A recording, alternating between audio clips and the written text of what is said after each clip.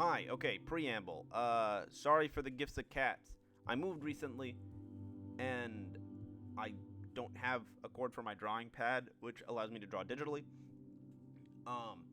If you hear any background noise as well, I apologize for that. I don't have a soundproof room, but I apologize for the gifts of cats. It's the only thing I had on the fly that I could have as background noise. So I apologize. Hope that it's not annoying. Hope they are at least mildly funny to you, because I thought they were pretty cute, pretty funny in some form. Also, I have a very squeaky chair, so if you hear that, I truly and honestly apologize. So with that all out of the way, I'm going to be talking about my main topic, which is comparing and contrasting Hinduism and Islam. Before I get into that, I'm going to explain how I'm going to be doing this. So I'm going to be comparing the ultimate reality, way of life, and the ultimate purpose first, and then I'm going to be contrasting, because all of my differences that I was able to list all were a lot more nuanced and more in depth, because I had to explain a little bit more. All of my info is going to be coming from my mom, the 3 Array of Faith podcasts, specifically the podcast with 𝘞𝘯𝘪𝘵𝘯𝘴, a Hindu practitioner, the Array of Faith podcast episode of 𝘞𝘰𝘳𝘭𝘥, Muslim practitioner, and 𝘐𝘯𝘷𝘪𝘵𝘯𝘴, another Muslim practitioner. So, yes, I hope with all of those sources out of the way. Oh, and also, Invitation to World Religions, 3rd edition, by Jeffery, Brodd, and others. Lane Little, Bradley Nystrom, Robert Platzner, Richard Scheck, and Aaron Stiles. Yep. So those are my main sources. I'll cite them here or there. Mainly the pages I'm going to be referring to are page 140, which is an overview of Hinduism, and page 533, which is an overview of Islam. Yeah. So, firstly, you have in Hinduism, you have the singular unitary deity, and in Islam, you have a singular unitary deity. In Hinduism, you have both monism and dualism. This comes from page 140.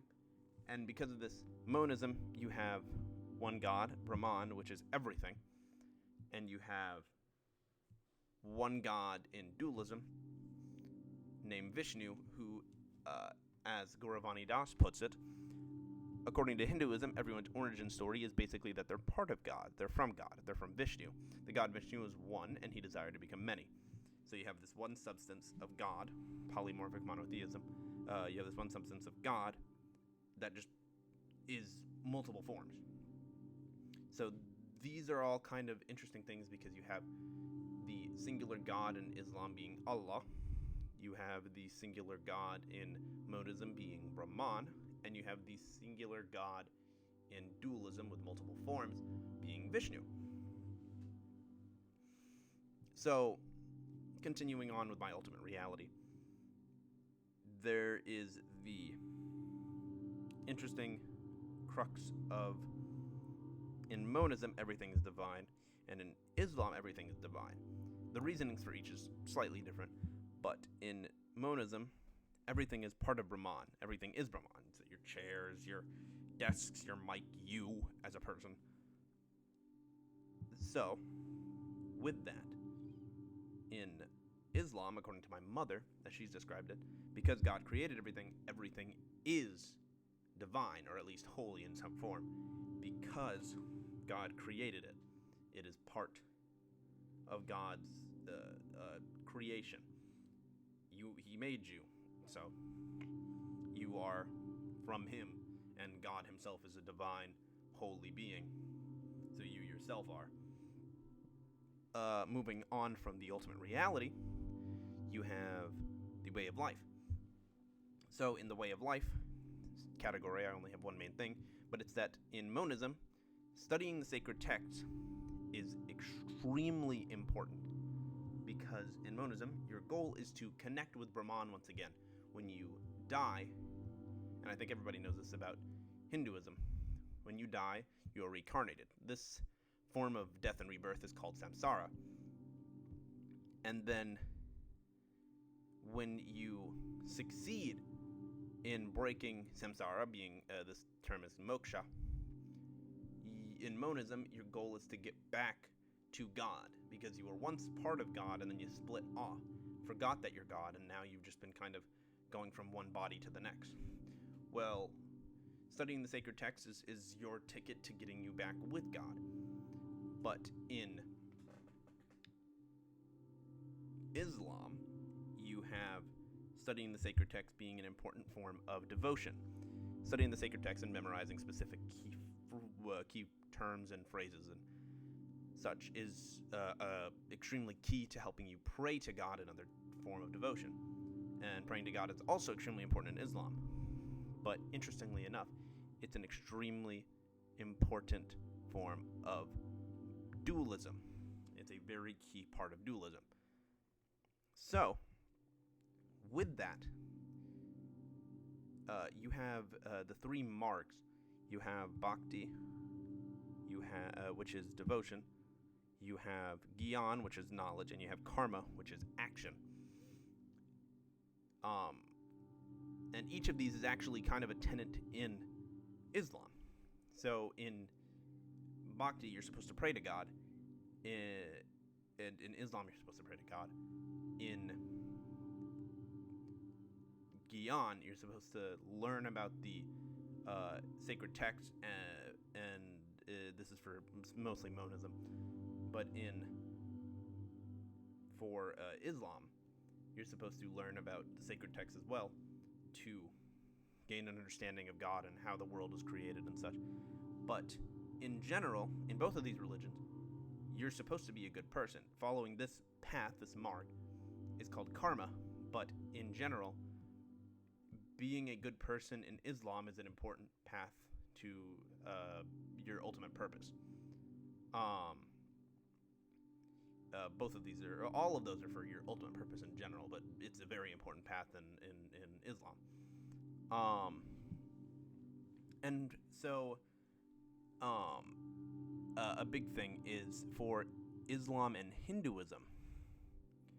I guess this is kind of miscellaneous, I guess is the best way to put it. Both of these words have a both of these religions, have a word used in a quasi-religious sense that are both very similar. They refer to a great task or duty or effort. Dharma has, or Hinduism has dharma, which is mostly translates to duty, while Islam has a jihad, which is a great struggle or duty. There are many forms of it, but my mom translated it mostly as like struggle, duty, task, stuff like that. It's very interesting that these two completely separate religions have a very similar term for something very, I wouldn't say specific, but they're very religious. These terms are very religious. Jihad is talked about a lot with, I think it is Sajja Nubi. She refers to, it was not Sajja, it was Melody. I feel very bad about getting that wrong. But she talks about it, saying that the concept of jihad is very central to to specifically my practice of Islam. So for those who may be less familiar, jihad is the notion of struggle to find justice in the world. I wouldn't, because jihad, from what I understand, from what my mom has talked about, it's more of a person-specific sense. It's different for all, but it's still very interesting. Another big thing, and this falls now into the ultimate purpose, is that when you pass away, eventually at least, in Hinduism, you go to a place of eternal bliss or a good afterlife. And this happens in Islam too. However, I know a lot of people are probably thinking, wait, if Islam is like Christianity and Judaism, then there isn't only a place of good. And the interesting thing is there is not. There is not a just one place of good. And this gets into the contrasting section. So, the best thing to do is to explain this is if you do the right steps, you eventually end up in a place of bliss. However, specifically for Islam, if you fail, you end up in a place of, the best term for it would be damnation. My mother, the translation for this is Jahannam, or Jahannam. And this is essentially the equivalent to the Christian hell. So yeah, you have that. But it's interesting as well because even then, if you don't do the correct things for Islam or monism or Hinduism, you end up not going to this place of bliss. I think that's really interesting. So in the end, you still have a similarity in between that, where failing to complete these specific goals or achievements, you still end up with not going to a place of bliss. However, it's different as well, being that in Hinduism, you still just continuously reincarnate, while in Islam, you suffer for eternity. So, you know, one's a little more lenient than the other, I guess, with the best term.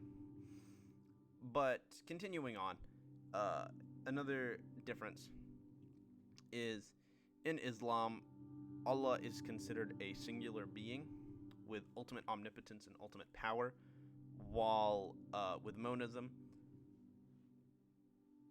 Brahman is not really described much, but either way, he's not truly described as a specific being with ultimate power.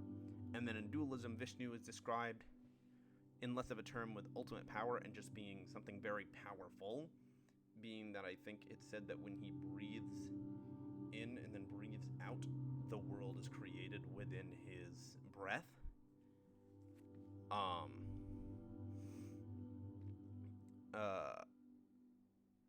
And also with this, in monism, everything is God, and in Islam, only God is God, so you kind of have these two separate things. And also, dualism also has the fact that God has separated himself into many forms, or there are multiple forms of God, is the best way to put it. So you also have that big difference. And finally, obviously, the most crucial big detail is that reincarnation is a really, really big difference. In Hinduism, I think this has been pretty understood for a long time. Reincarnation is a big thing in Hinduism, while in Islam, you just have one go at life. You have to do everything right. That is how it's always been described. So yeah, I hope that was comprehensive enough. I apologize if it was too fast or if it was very confusing. I really do. I didn't have much else to do. Yeah, I apologize profusely. But with that, I hope you did actually enjoy this. Yeah, that's all. Have a good day or night, depending on whenever you're watching this. Goodbye.